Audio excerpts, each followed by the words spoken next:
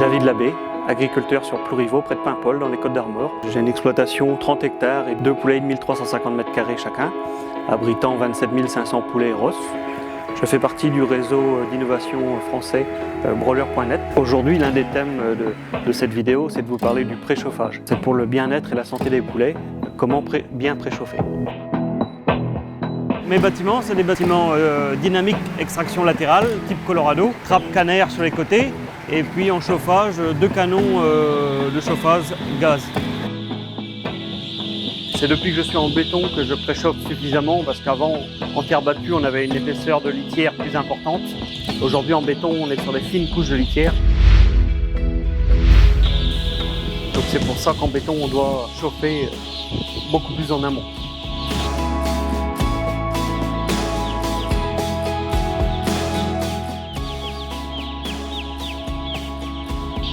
Il faut que le poussin ait les pattes chaudes.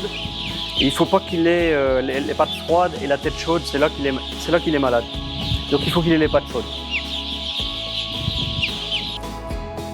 Sur smartphone, on a l'application qui nous permet à distance d'accéder au Serenity. Donc c'est un widget par rapport à l'hygrométrie ambiante et par rapport à la température. Là c'est le widget bien-être. Donc on voit que le petit poussin est dans sa zone de confort. On va le retrouver ici. Ni trop chaud, ni trop froid. Idéalement, on devrait préchauffer avant de mettre la litière, mais techniquement, on est un peu pris par le temps. Ce serait là une solution, encore en plus. J'estime, avec cette méthode de préchauffage, de consommer environ 500 € par lot, par bâtiment.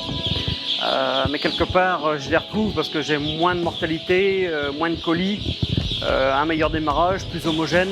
J'estime un gain de 10% de GMQ, ils sont quand même beaucoup mieux, ils sont en meilleur état de santé. L'un dans l'autre, je m'y retrouve. Je ne regrette pas d'avoir préchauffé avant.